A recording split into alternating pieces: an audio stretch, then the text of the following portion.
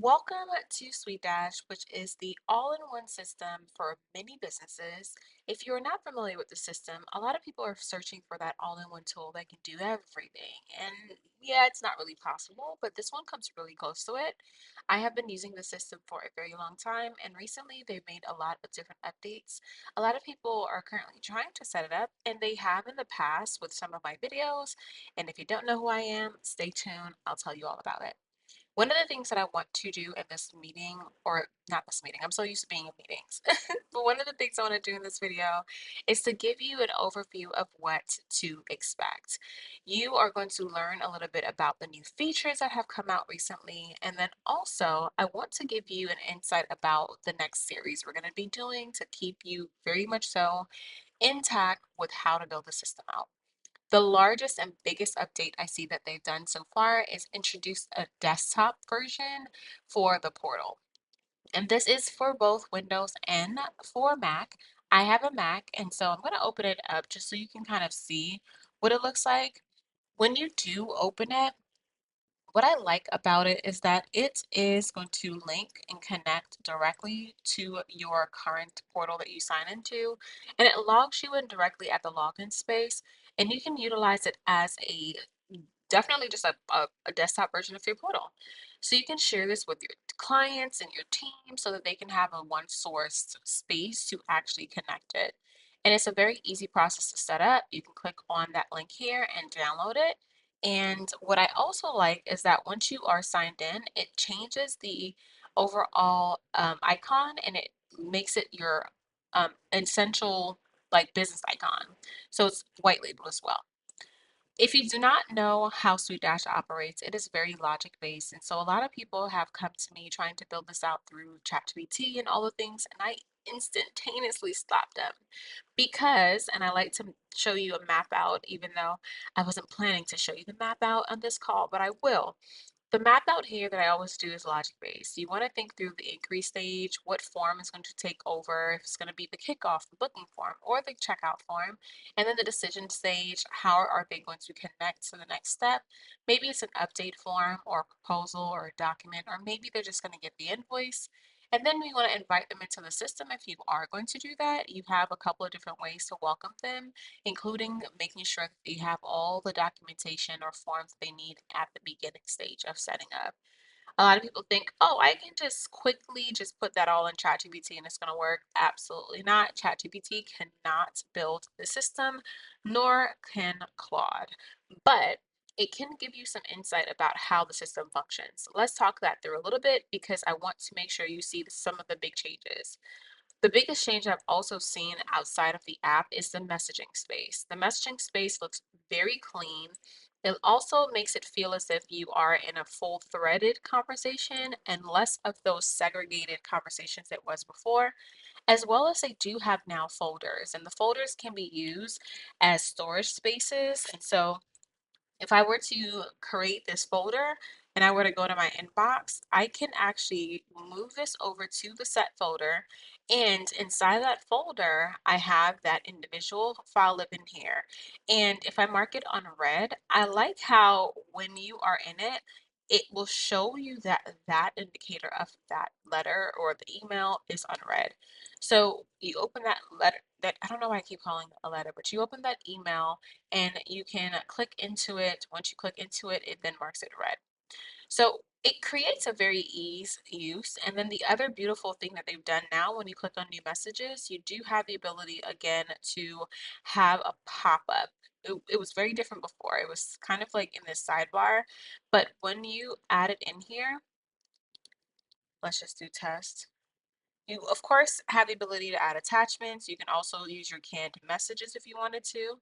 And then you have the ability to be notified when someone opens it, but you can also send it. And I don't know if you guys saw because I did go a little quick, but you can also add CCs of individuals as well. Not BCC, so it can't be blind copied, but they can be CC'd. And so you have that ability as well. And what I like about this is that, of course, you can see in the sent box what was sent out and when it was sent out. But if I were to reply to this, it would be easy as a thread to just quickly reply. And what I like too is that inside of the threads, you're able to show the original message so you can see what the conversation was before, because before it didn't do that, and it really created a frustration for a lot of people because they weren't sure what was said and people would delete their message or all of the things. And of course, you have the standard reply here, you have the move, you have the trash, and you have the mark it on red features. So those are some features that I think are very good to call out. Other features that I find to be very amazing, I'm going to go over to the platform branding. Overall, the UI has massively changed to make it look very sleek and modern. So you'll see headers to look like this. Of course, you can change your font if you wanted to, but you have the ability to make some adjustments accordingly. What I love as well, and I haven't changed this in a while, I want to kind of change it all. But what I love is that they've updated the font options to now you being able to change the stylage for each of the actual font styles. You have the header style, the H2, you have the H3, you have the H4. Of course, you can read. I'm not going to read them all out. Sorry if I already started. But the greatest thing as well is that you can change the font sizes across the type of tablet or the platform that they're using, the device that they're using. You have those differentiations here to make it easy. And I love as well that they allow you to change the text color style for that specific font style. You can change, of course, the font family and the weight of that font. And then you have the platform colors, in which you always have the ability to do that. But this is more up to scale now. It did not look like this before if you guys are looking at other videos. And then a lot more has changed in regards to just the organization of the things. Like, I think that they've just elevated the overall look.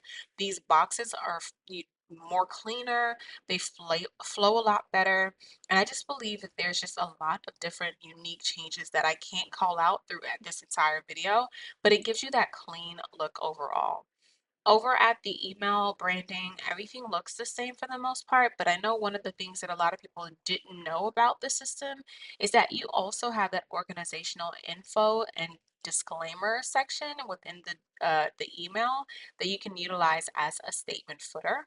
And I love that because I've always seen people put legal, notes just at that bottom to make sure, for example, oh, if we see a link, make sure you verify it's not spam, things of that nature. And then you have the icon pack as well that it has been very fun to play around with in terms of toggling it on and off for different social media profiles. Let's go back over to, let's see. I don't think my account really changed. So one shout out though is that if you were at one point interested in Whirls, it's still available. A lot of people are going crazy. I was able to grab it at that lifetime deal mark, but they still have it available at um, the power up. So if you wanted to get that, you could.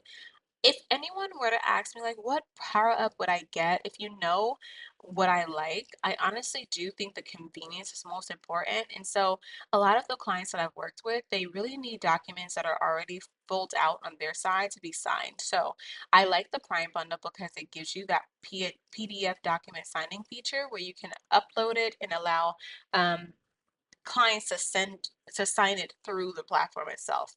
And then I do like the Plus bundle because it gives you the form cannons, which allows you to have people um, get forms without having to sign in, and it has all their data already, on the file itself. So I think that is a great feature. I wanted to also touch point on forms because in forms, not only are they making small but beautifully large changes, but they do have a really cool feature now that I think um, that speaks values internally. So if you were viewing this submission here, you would see just the responses below, but they also included a internal notes section which allows you to, for your own sake and team and just visual understanding, take notes here for that form. And I think it just adds value because a lot of times people are trying to understand, man, what is the importance of this form? What do I need to tell the staff? Who needs to see this one thing? And that's where it can be added. You can also, of course, add it in your CRM and go into the contact. If you wanted to specifically add details on that contact level, you can go to that contact, and of course, I gotta go to the actual account. But going over to the contact And if they filled out a form, which this contact didn't, but the other one did, you'd be able to add the details and notes there.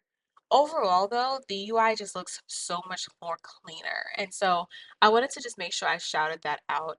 I think for the most part, the other big thing is the calendar and how they've made adjustments to the appointments just module. So it's a lot cleaner in regards to how it looks. Also, it shows you how many things have been loaded. They've given little nooks of help here as well. Usually I'm used to just the lifeguard at the top or the lightsaber at the top, but they've also made this look cleaner in regards to how you have a quick look at what's active. And I love that they also have now created the paid appointments. So with a paid appointment, you are able to change this appointment type over to paid if you had any reason to. For example, if you maybe it's like consultation or whatever the case is, you can do that, as well as you can select which world they're connected to. And if you are not familiar with worlds, there's an intro video that I did on it a while back. I'll do another video a little bit later, but it just introduces what worlds can do and how in different parts of the system, it gives you the ability to tie specific items specifically to the overall accounts. I love the fact too, and I don't think a lot of people utilize this, but towards the bottom of the appointment generator, you have the ability to set up automations once the active appointment has been booked, once it's rescheduled, canceled, or completed. So for me, I use this in workflow mapping around if someone booked a call, send them the thank you email and move them into a circle. And then from that call being completed, then I like to move them into a completed circle, and that notifies the team member that there's an action to be done, or I'll put them in a follow-up schedule. Anything that makes it easier for the team to know where things are moving. So that's where I like to think that the use case is better. I'm going to keep this email. I keep saying all things that are not true. It's not an email, it's a meeting. It's not a meeting, it's a video. You guys are seeing raw, very raw, like me here. But I'm gonna keep this video very short, sweet, and smooth. The next video you'll see from me is going to be a video in regards to what I believe the process for a VA would look like, or a consultant will look like, or even a tax provider. Whoever you are, I want to make sure that you are able to see it in your own terms. I will be starting out every video though with something very, very quick in regards to a map out. It'll probably be like a 5-minute mapping here, very small, very preliminary, very just simple. And then it will turn into us quickly just identifying the places that you would need to start to build out. And that gives you the full understanding of why I think this entire system just makes sense. I want to stress that it is not a system you can just literally come in and just piece things together and then expect it to connect itself. You have to know how to connect it. Now, of course, for the best part, I always like to go back to the website for some clarity. And if you haven't been to the new updated website, it's simplistic and it's also made for you to be able to just understand. So I want you to understand that SuiteDash can be built a beautiful way, the way you imagined it. However, I want you to first take the time to see if it's actually meant for you. I would also be the one to help diagnose it as a workflow sensei. I like to make sure that SuiteDash fits every business, but I'm realistic as well. So I want to make sure that you have a system that can work for you. And then we offer some different packages. The package that is most often built out is a complete build out, and that gives you a lot of different features within it. And I'll break that down eventually. But we do want to make sure that if you don't know what package you need, that you can obviously set up a discovery call. And yes, there are questions that have been asked that I have answered here. Because SuiteDash is so powerful, I want to make sure that we build it out correctly the first time and that you do not have to go to another person with doubts or anything. So before we make any decision, we do have a pre-assessment before a build. That is going to be an hour-and-a-half call that we discuss all of your details, all of the visuals, all of the vision, and bring it to life. So thank you for watching this video. And again, it was such a pleasure, and I hope to see you in the next one.